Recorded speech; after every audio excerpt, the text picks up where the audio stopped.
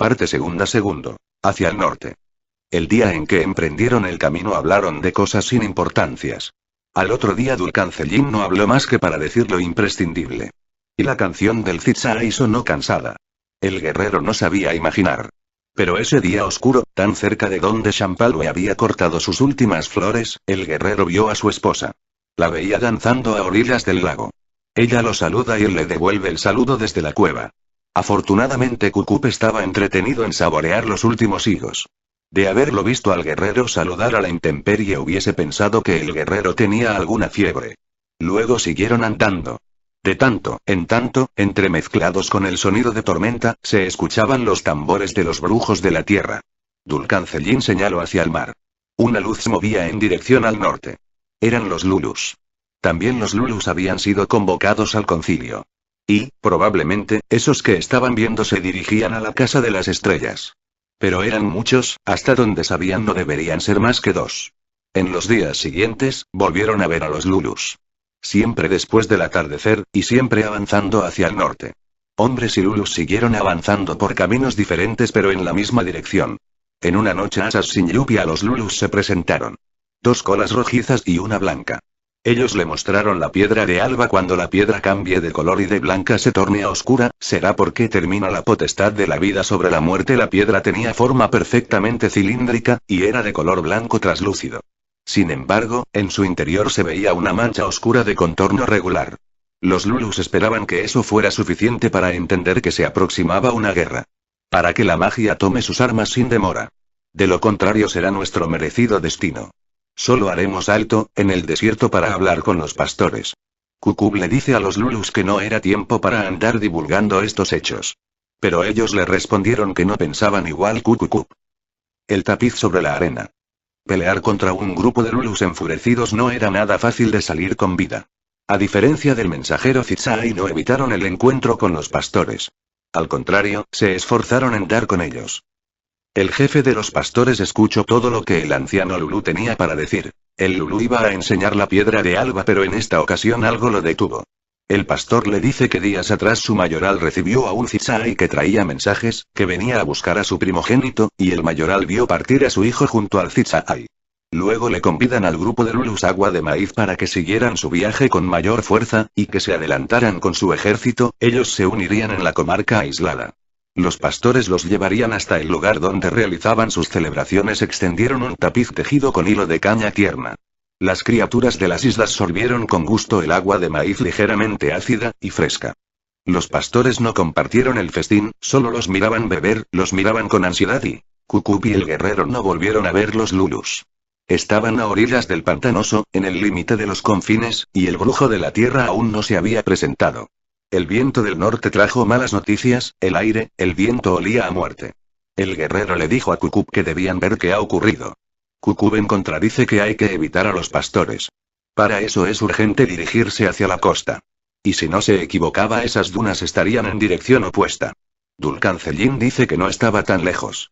Tardarían poco. Desde la altura los hombres pudieron ver la planicie encerrada allá abajo.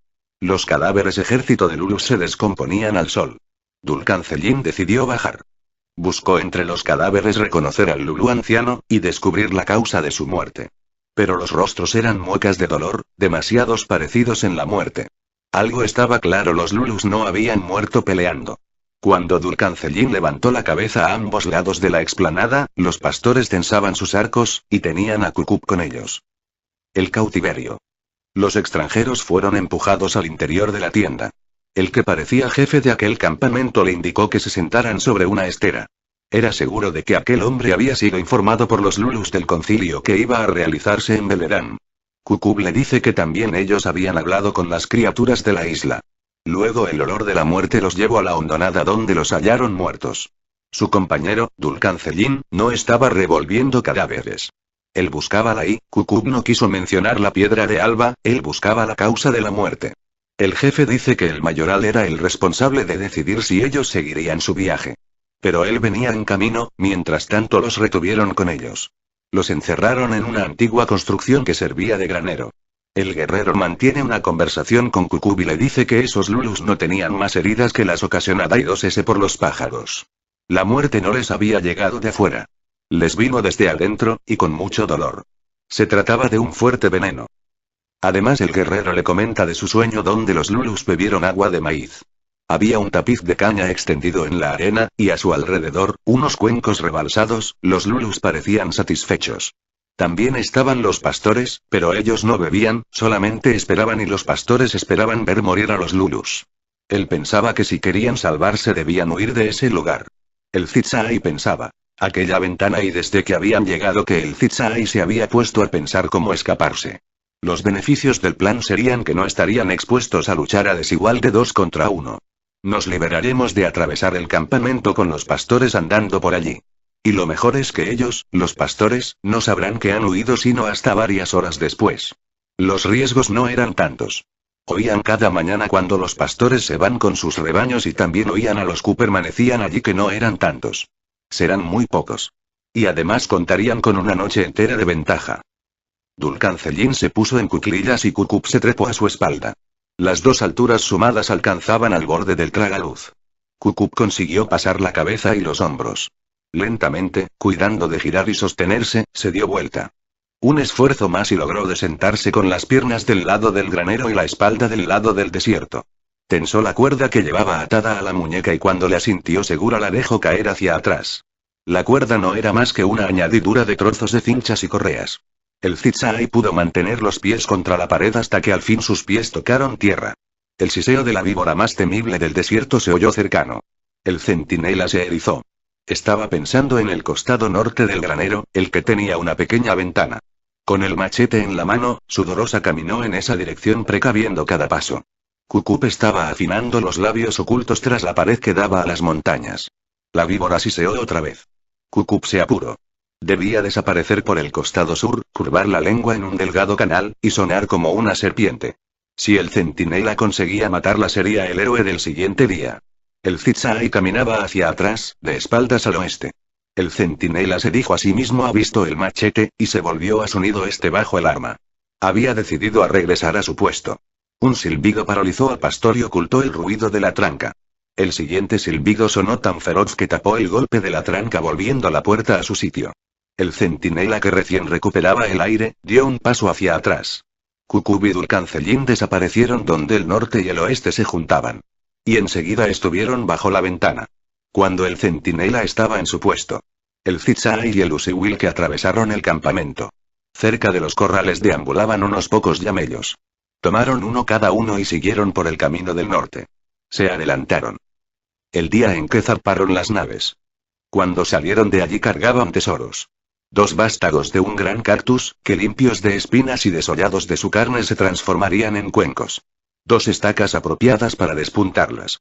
Una vara de caña que serviría para sustituir la cerbatana de Cucup, y algunas piedras aprovechables como herramientas. Un águila voló en círculos, Cucup la reconoció, era ella, el águila que les traería alivio. Primero les trajo las mismas hojas sustanciosas que Cucup ya conocía. El águila los condujo hasta las ollas de agua que el desierto reservaba para sus hijos. Y les marcó direcciones zigzagueantes que los mantuvieron alejados de los pastores. El águila llegó temprano. Venía del lado del mar y en cuanto divisó a los 2 hombres, comenzó a ir y venir sobre su camino indicándoles que también ellos debían desviarse hacia la costa. Aquel nuevo desvío les parecía una demora innecesaria. Pero tanto insistió que la siguieron. Apareció Cupuca. El brujo de la tierra se quedó inmóvil observándose el resultado de su trance. El primer vestigio de lo que se avecinaba fue un oscurecimiento fugaz.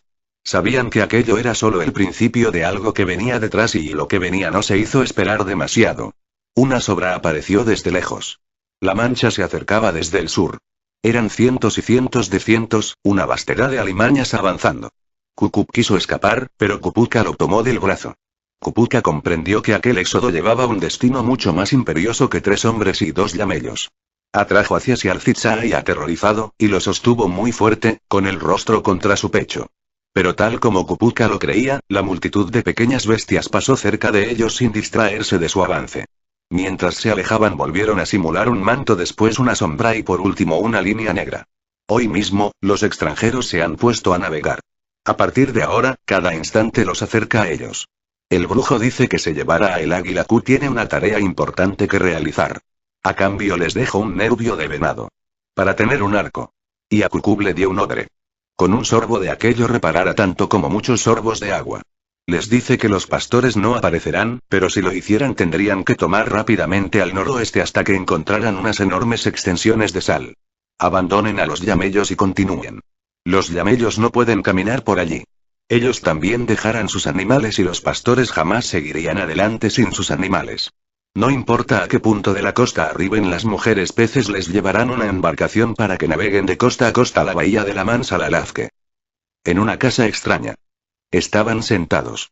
Bor y Zabralcán seguían con atención las explicaciones de los recién llegados. El último tramo del desierto los trató bien, nada de pastores, nada de salitrales, nada de alimañas. Se separaron de Cupuca y a los varios días encontraron la bahía de la Mansa-Lalazque.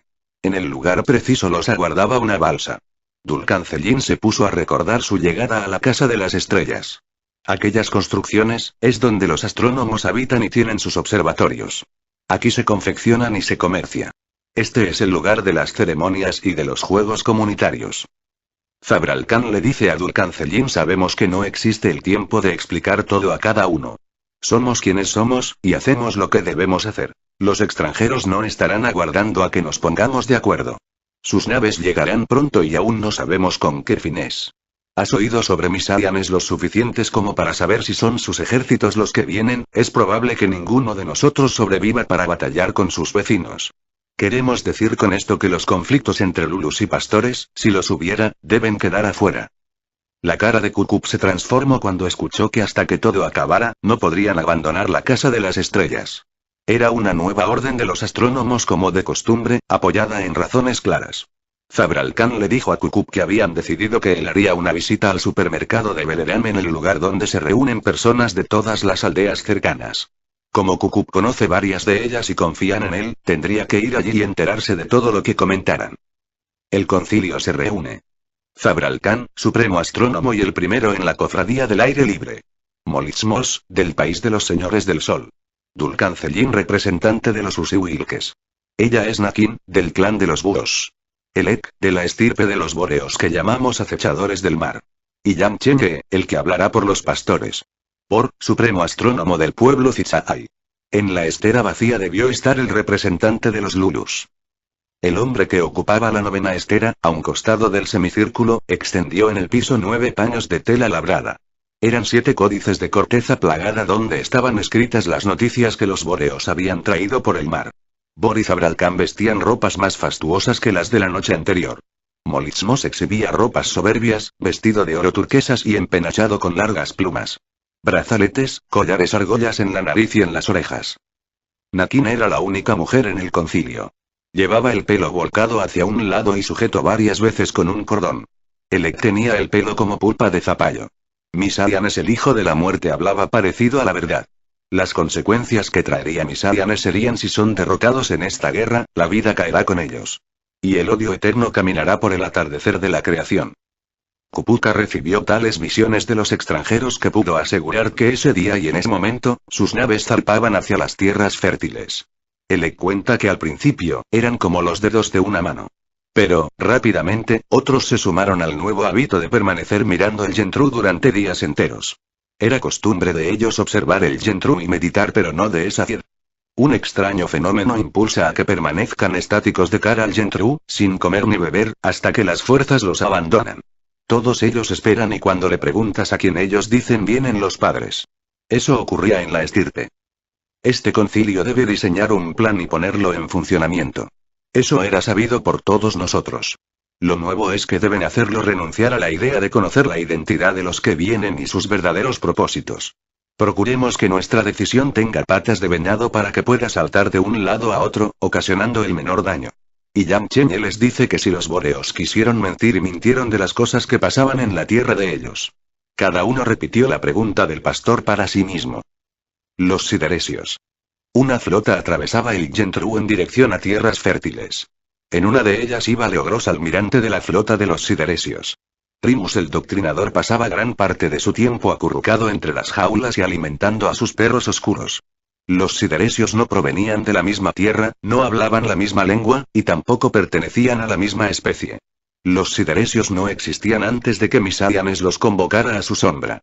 Solo 3 naves, al mando de Drimus, atracarían en el puerto de Belerán, llevando consigo muchos más obsequios que armamentos. Las demás navegarían con proa al norte para llegar a los puertos que habían sido abandonados en las últimas grandes migraciones. En esa dirección navegó la flota de Leogros. Sus naves iban cargadas de armas que ningún habitante de las tierras fértiles hubiese podido reconocer. Junto con esa flota se fue la tormenta. Las naves de Leogros se la llevaron. Sobre la reducida flota de Drimus el cielo quedó azul. Patas de venado. El guerrero acabó de reconocer a Kukut, y Kukut dice que su alegría duró poco. Comenzó a palidecer antes de que llegara al supermercado. Y desapareció por completo cuando el Zitsai probó la miel de caña. Él conocía la miel de los cañaverales de su selva. Reconocería su sabor entre miles. Pero el viejo sabor no apareció. El sabor de la miel se ha ido de aquí, algo debió asustarlo para que se vaya de aquí. Dijo el Zitsai. La magia había tomado rumbos diferentes. Molizmos creía que fue la enemistad y no el mar la verdadera distancia. La causa de esa enemistad se refleja en los nombres en cada una de las cofradías tomó para sí. La cofradía del recinto y la cofradía del aire libre. Los del recinto, como se llamaron a sí mismos, los que permanecieron en las tierras antiguas, proclamaron que era su obligación y su derecho velar por la creación. Ellos instauraron y fortalecieron un imperio de la sabiduría que como tal, debía consagrarse a las criaturas, pero jamás debía deliberar con ellas, ni consultarles las grandes decisiones y mucho menos, someterse a su juicio. La magia debería regir sobre las criaturas en su sola mano. En cambio, la cofradía del aire libre abandonó las tierras antiguas con la esperanza de reencontrar aquí lo que creyeron que allá se había perdido: la marca de la magia. La cofradía del aire libre comprendió que en las tierras antiguas la magia estaba alejándose de su origen y que en día, por esa causa, su luz se apagaría. Lo mejor o lo peor está a punto de sucedernos y... Dulcancellín le pregunta a Anakin cómo cruza esa puerta. Ella le respondió: es un largo ritual. Hoy sorbes el jugo de un hongo y te duermes, mañana masticas algunas semillas y bailas, así y así, y cuando el que ha velado por ti dice que has terminado, tú te pones a esperar y de a poco, muy de a poco, abandonas un tiempo y llegas al otro. Primero empiezas poniéndote pálida y escuchas que te hablan desde muy lejos. Las cosas van perdiendo el color y un día tú puedes ver a graves de las cosas. Y lo mismo sucede contigo. Desapareces de un tiempo y apareces en otro. Entonces todo vuelve a ocurrir en sentido inverso. Tardas en recuperar el color de tus mejillas. Nadie sabía dónde estaba Yan Chene. Zabralcán les da noticias a los representantes que les dice que solamente 3 pequeñas naves van hacia allí. Era improbable que Misarianes se propusiera a invadir las tierras fértiles con una flota tan insignificante. Dulcancellín parecía no compartir plenamente el optimismo de sus hermanos. El Usiwil que intervino en la conversación y repitió lo que Zabralcán había dicho el primer día. Nuestra decisión debe tener patas de venado, para saltar de un lado a otro ocasionando el menor daño posible. No le quitemos al venado la posibilidad de saltar, si hiciera falta. Un venado con las patas lastimadas es un venado muerto. Kupuka está de regreso. El brujo de la tierra muy bien entró a los confines, al pueblo Usiwil, que la gente le hizo saber lo que ocurría. Las calabazas se estropean antes de madurar, las cabras mueren de parición, los huevos se arrugan como nueces, los cazadores regresan con las manos vacías y las mujeres se despiertan llorando en medio de la noche. Kupuka fue a visitar la casa de vieja Kush. Kuikuyen era una joven mujer, muy bella, que le habían propuesto matrimonio los familiares de Champalwe con intención de casarla con sus hijos. Pero ella no quería. Piuqueman es el tormento del halcón ahijador. Una vez al año, inmediatamente después de terminar la temporada de lluvias, el halcón ahijador convocaba a los suyos. El hombre que se aventurara de ver lo prohibido sería condenado en sus ojos. Él quiso ver más allá de lo permitido, solo que esta vez el costo fue muy caro. Piuqueman contaba que él vio pasar a los halcones y quiso saber. Anduvo por donde volaban las aves. Llegó el amanecer a la zona de los grandes nidos y tanto hizo que lo halló. Había una rueda de halcones con el ahijador en el centro. Kupuka le dice: tú tienes 2 caminos. Uno es el camino de la muerte. Es corto, te dará rápido alivio. Y el otro es el camino de la sabiduría. Es largo y doloroso, pero te situará en el mejor lugar del mundo. Lo primero es dejar que tu ser corra del hombre al halcón. Cuanto más te aparezcas al pájaro, menor será el sufrimiento. Lo demás llegará. Ahora Kupuka era el mensajero y debía llevar a la comarca aislada a Kume y a Tungur, luego se le unirían el grupo de guerreros en el camino. Kupuka le dice a la vieja Kush que se prepare para la fiesta del sol. Pero ella dice que el dolor le ha vaciado el alma, y está vieja y cansada, ansiosa por partir del mundo. Kupuka le dice que no será posible y que justo cuando el mal se aproxima, ella decide abandonarlo. Luego Kush le pide al brujo que también se llevara a Kukuyen porque ella quería ver a su nieta reírse de amor. Además la joven mencionaba el nombre de Kuku, en sus sueños y en la vigilia. Tal vez, le retribuya el amor y quiere tomarla como esposa. Hablo de amor cuando se acerca la muerte. Kupuka, Kume. Tungur y Kuikuyen emprenderían camino. Las huellas de sus pies. Los guerreros de Molitsmos rodeaban el puerto. Y desde algún lugar, Dulcancelin y sus hombres observaban con atención cada movimiento. Los primeros extranjeros mostraron a los ojos de todos. Apareció otro hombre, de negro también, pero montado sobre un animal desconocido. Ninguno de los que estaban allí había visto jamás un animal semejante. Dos evocaron un recuerdo cuando lo vieron. Elec pensó en ciertos animales mencionados en las historias de sus mayores. Le recordó al que había conocido en un sueño, en vísperas de la fiesta del sol. Las huellas de sus pies en nuestra tierra y recuerden muchas generaciones cosecharan ponzoña, recordó Dulcancelin. El extranjero finalmente se presenta diciendo, salud. Hermanos entrañables. Uno de los 3 astrónomos menores se adelantó a recibirlo. Extranjero, no podemos corresponder a tu saludo, ni llamarte hermano, en tanto no conozcamos tu nombre y, la procedencia de tus naves, y las intenciones que te guían a ti y a tu gente. Mi nombre es Drimus. Yo y los míos venimos en representación del pueblo más excelso de las tierras antiguas. Hemos atravesado el Yentru con el propósito de cumplir una promesa, que hace mucho, mis antecesores les hicieron a los tuyos. Mañana muy temprano, te conduciremos a ti, y a 2 que tú elijas, ante los supremos astrónomos. Dulcancelin, con su reducido grupo de hombres estaría a cargo de custodiar a los extranjeros hasta la Casa de las Estrellas. Los guerreros de Molitsmos permanecerían en la costa vigilando las naves. Kuku vio al ave. Estaba enfermo. El águila había encontrado la piedra alba. Kupuka había convocado al águila y le había ordenado buscar la piedra alba entre la mortandad de los Lulus. No bien la encuentres, llévala a la Casa de las Estrellas. Vuela sin detenerte, y deposítalas en las manos del más grande de los astrónomos. Debes hacerlo pronto, hermana águila. No hay tiempo que perder. Por decisión de Zabralcán los extranjeros no entrarían hoy a la Casa de las Estrellas. Zabralcán salió en primer lugar. Después salió Bor, con mal aspecto. Y por último, todo un séquito que no podía terminar de ordenarse. Venían los astrónomos menores que habían sido escogidos para viajar a la costa y recibir a los visitantes. Un poco más atrás venían sus acompañantes. Un poco más atrás, los extranjeros animales con cabellera, dijo alguien. 2 de aquellos animales, que no traían hombres a cuestas sino mantos ricamente bordados, eran conducidos por un Cisaay. Los hombres de Dulcancelin se repartían por ambos costados y por detrás. De entre todos los súbditos de Misaianes, Primus fue el señalado. Misaianes lo había elegido para que marcara en la Casa de las Estrellas la primera huella de los sideresios. El mismo astrónomo que lo había recibido en la puerta estaba hablándole. Le decía que no sería recibido ese día. Él y sus 2 hombres serían trasladados a un edificio cercano a la Casa de las Estrellas, pronto, tal vez mañana, lo recibirían los supremos astrónomos. Primus, el doctrinador, tuvo que aparentar el alma en los puños para que no se le notara la furia. Únicamente aceptar la orden y esperar.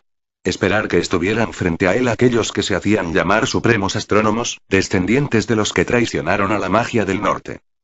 Por los caminos de las tierras fértiles. Desde el norte, los sideresios. Desde el sur, los usihuilques. El fin era impedir caminos de alianza entre un pueblo y otro para dejarlos solos ante el ataque. Belerán sepultada bajo una montaña de pueblos muertos, le gustaba decir a Drimus.